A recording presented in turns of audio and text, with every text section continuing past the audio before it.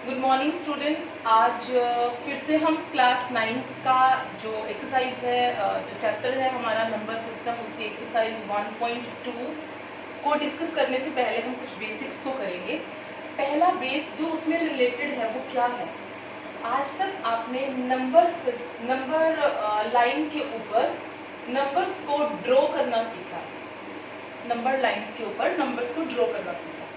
जैसे कि आप सब जानते हैं, हमने ऑलरेडी, अगर हम नंबर लाइन की बात करते हैं, ये हम एक नंबर लाइन ड्रॉ करते हैं जिसमें ये पॉइंट क्या है हमारा जीरो, जीरो से लेफ्ट साइड सारे क्या है हमारी नेगेटिव टर्म्स, जीरो से राइट साइड हमारी सारी क्या होती है पॉजिटिव टर्म्स। आज से पहले जब भी आपने पढ़ा है, तो अगर आपको बोला गया आपको नंबर 3 को ड्रॉ करके दिखाना है नंबर लाइन पर, आपने क्या किया? नॉर्मली आपने स्केल से मार्क किया 1 2 3 4 1, ये पॉजिटिव नंबर है तो पॉजिटिव साइड पे आपने ड्रॉ किया। और अगर आपसे पूछा गया कि नंबर 3 को ड्रॉ करना है, आपने नॉर्मल तरीके से इसको सिंपल वे में आपने ड्रॉ कर दिया। सेम अगर आपको बोला गया कि -6 को ड्रॉ करना है, आपने नंबर लाइन पर 1 2 3 4 5 6 पार्ट्स ड्रॉ किए, -1 -2 -3 -4 -5 और -6। और आपने क्या किया? आपसे पूछा गया -6 को ड्रॉ करना, आपने इस तरीके से ड्रॉ कर दिया। और अगर ये चीज अब फ्रैक्शन पे आ जाती है तो उसको कैसे आपने ड्रॉ किया? ये सारी चीजें ऑलरेडी हम क्लास 8 में कर चुके हैं, तो हम थोड़ा ऊपर से ही इसको रिवाइज कर रहे हैं। जैसे मैंने आपको बोला 2/3 को अगर मैंने ड्रॉ करना है नंबर लाइन के ऊपर, तो मैंने क्या किया? जो मेरा डिनोमिनेटर है उसी से सारी टर्म को डिवाइड कर दिया, है ना। और ये 2/3 मैंने कहाँ पर ड्रॉ किया? पॉजिटिव नंबर था तो पॉजिटिव साइड के मैंने आपको 2/3 को ड्रॉ करके दिखा दिया।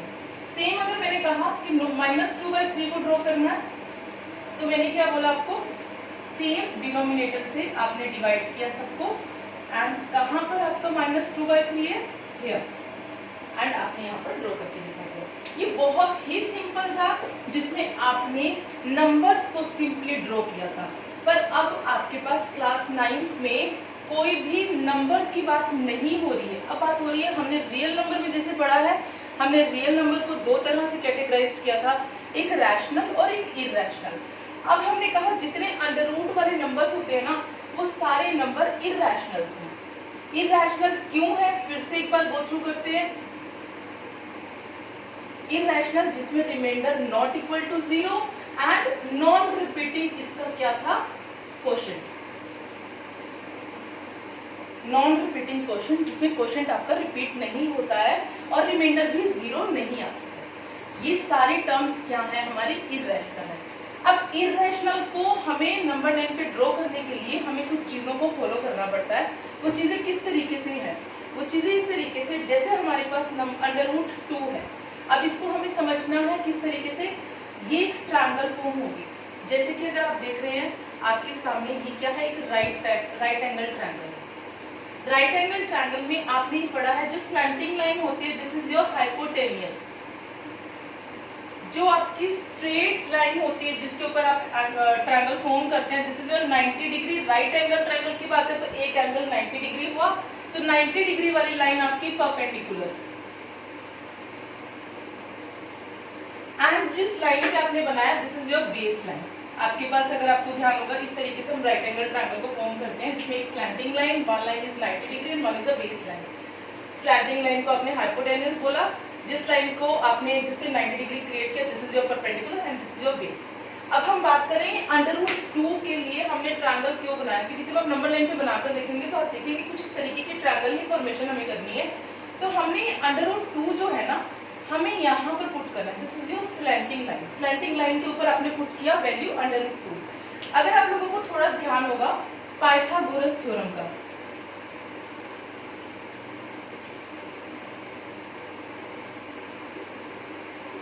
पाइथागोरस थ्योरम में क्या होता है आपके पास?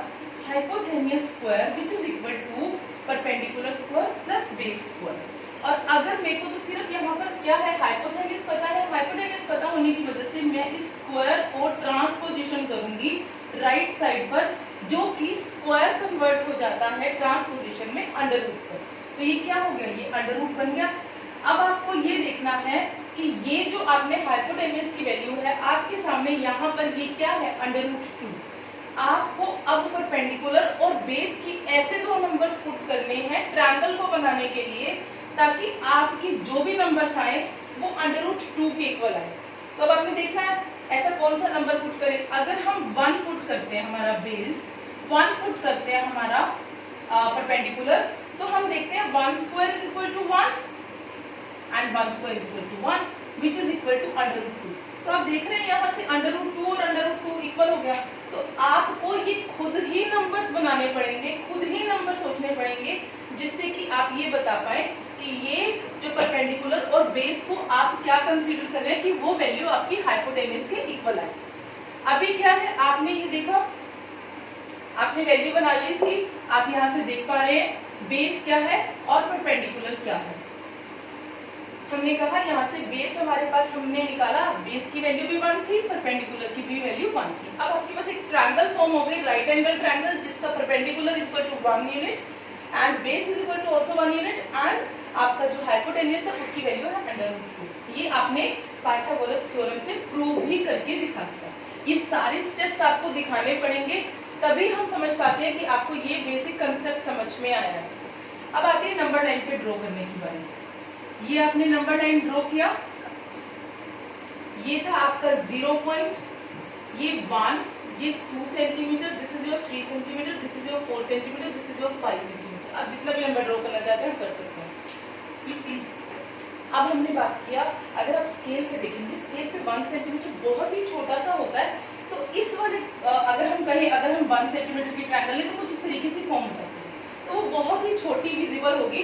तो उसको हम करने के लिए थोड़ा सा बड़ा एक्सपेंडेड सा दिखे, तो हमने इसके लिए क्या किया, हम यहाँ पर बोलेंगे कि 1 जो आपका 1 यूनिट है, आपने किसके इक्वल लिया, आपने 1 यूनिट को 2 सेंटीमीटर के इक्वल लिया।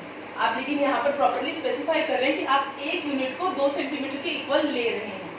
तो जिससे क्या होगा, अब हमें समझ में आया कि नीचे जो आपने 1 सेंटीमीटर लिया वो क्या है। ये देखिए, ये क्या है, ये आपका 1 यूनिट है, 1 यूनिट के इक्वल आपने लिया। हमने सबसे पहले बेस को, आप राइट साइड पे देख रहे हैं जिस ट्रायंगल को मैंने फॉर्म किया हुआ, सेम मैं यहाँ पर भी फॉर्म कर रही हूँ।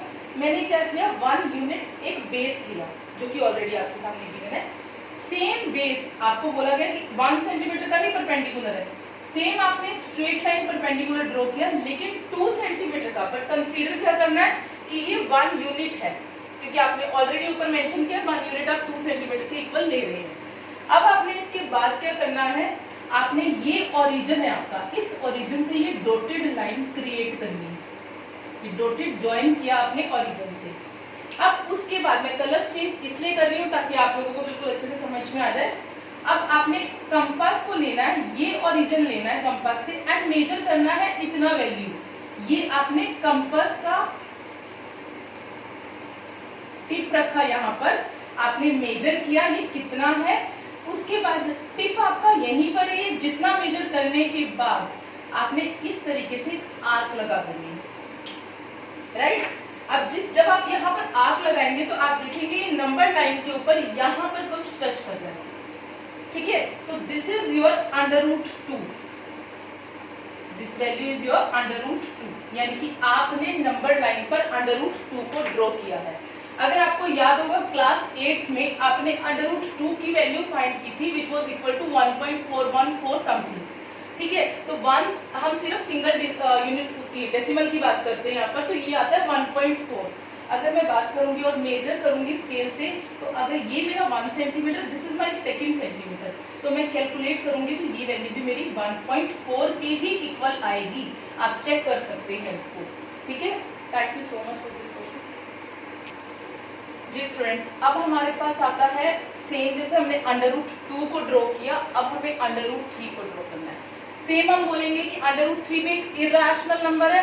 अब उसको ड्रॉ करने के लिए हमें सेम नंबर लाइन पे √3 का फॉर्मेशन करना है। कैसे करेंगे, जैसे मैंने लास्ट क्वेश्चन में बताया आपको कि जो भी हमारे पास ये वैल्यू होती है वो हाइपोटेन्यूज वैल्यू होती है।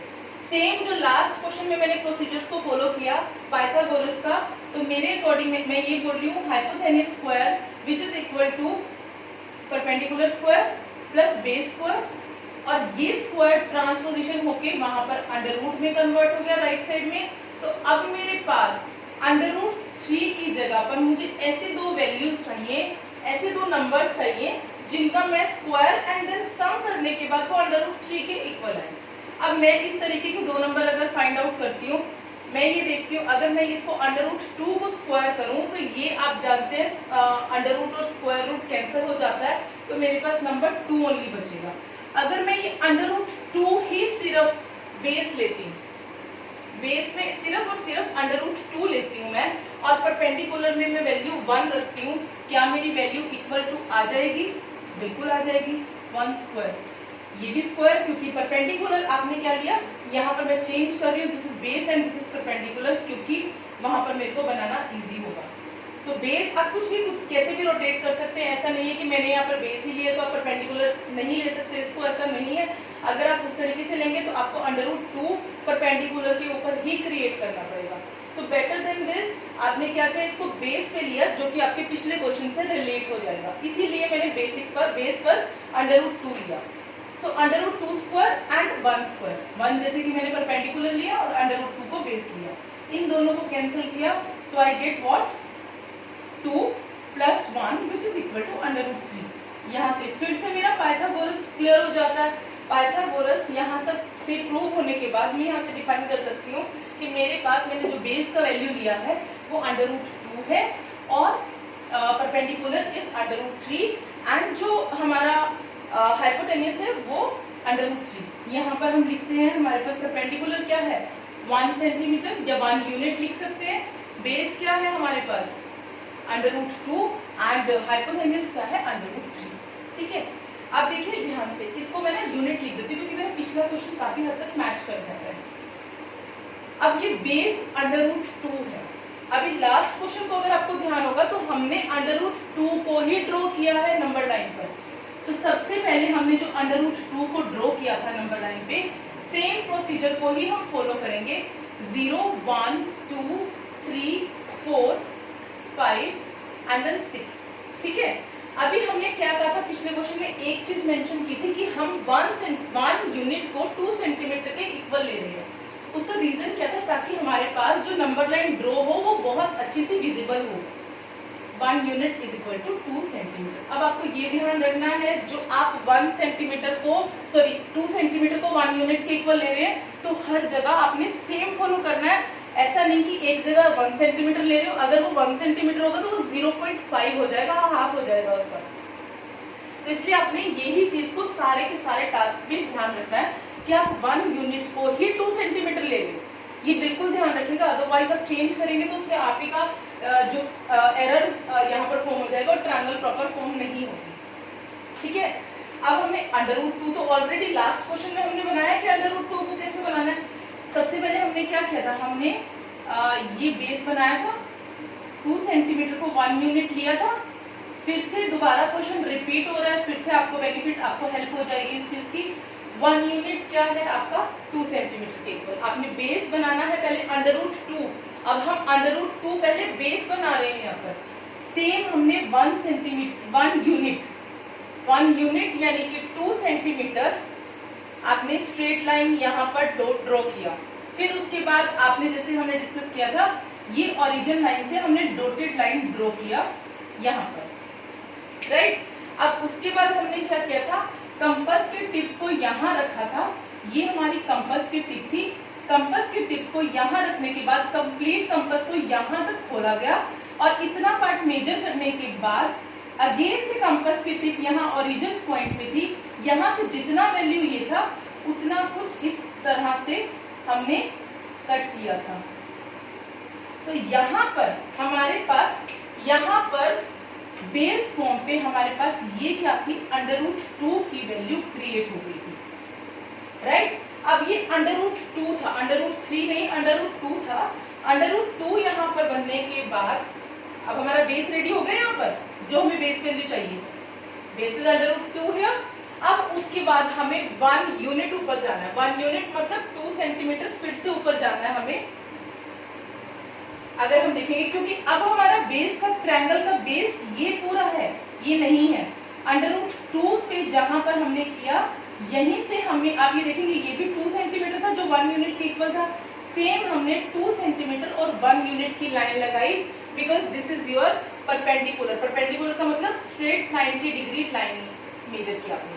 ये डॉटेड नहीं होनी चाहिए, पूरी लाइन होनी चाहिए। सॉरी मैंने डॉटेड ड्रॉ किया इसको, ठीक है। सेम जैसा आपने √2 में किया था, आपने फिर से ये आपकी लाइन है और इसको भी आपने ओरिजिन से मीट करना है, डॉटेड, ठीक है। आपने डॉटेड ड्रॉ किया, मेजर किया यहाँ पर, सेम डॉटेड ड्रॉ करना है जैसे आपने लास्ट क्वेश्चन में किया। सेम प्रोसीजर, कंपास की टिप को यहाँ रखना है, फिर से अब कंपास को यहाँ तक मेजर करना है आपने, यहाँ कंपास को रखकर यहाँ तक मेजर करना है और सेम आंख आपने ड्रॉ करनी है। इसकी आंख कुछ यहाँ तक जाएगी, ठीक है। अब आपके पास आपने जो आर्क से ड्रॉ किया, अब आपके पास यहाँ पर जो value I, this is your √3। √3 को आपने नंबर लाइन पर ड्रॉ किया।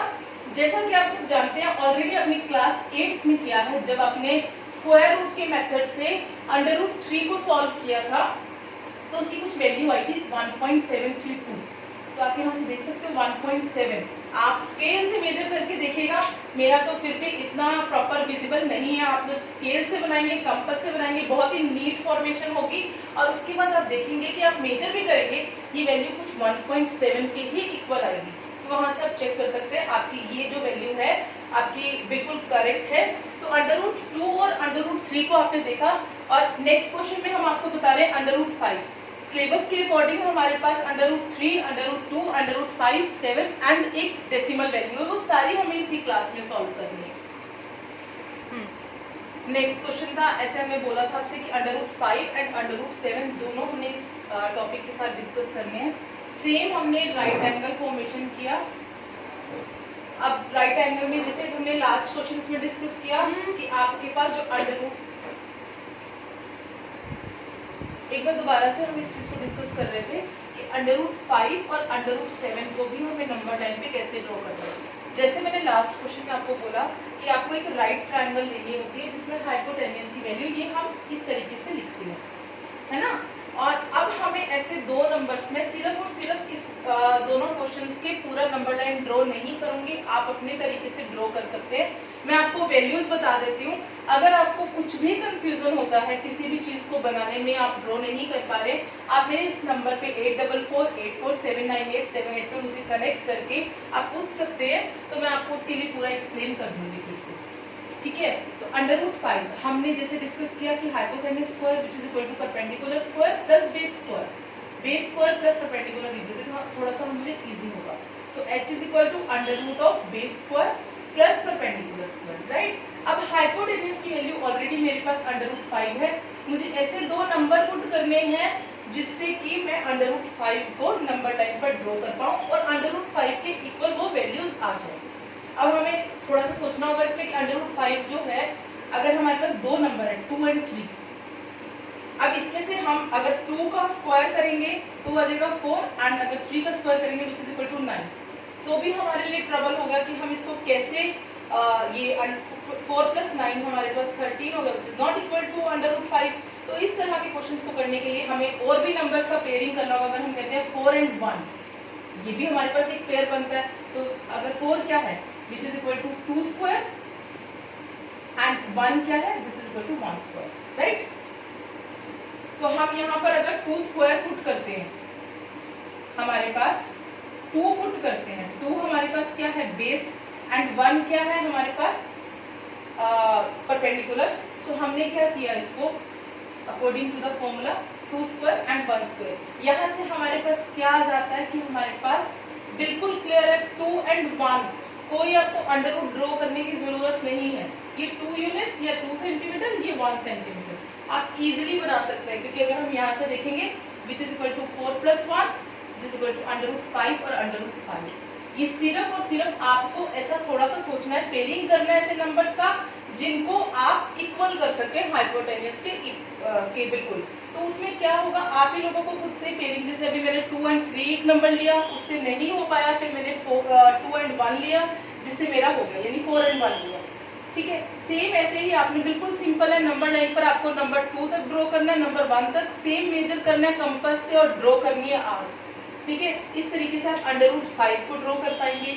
अगर मैं कहती हूँ अंडर रूट 7 पे भी सेम, अंडर रूट 7 पे अगर हम बात करते हैं, हम ऐसे दो नंबर हमें लेने पड़ेंगे जिसका सम, स्क्वायर्स का जिनका सम जो कि है अंडर रूट 7 के इक्वल है।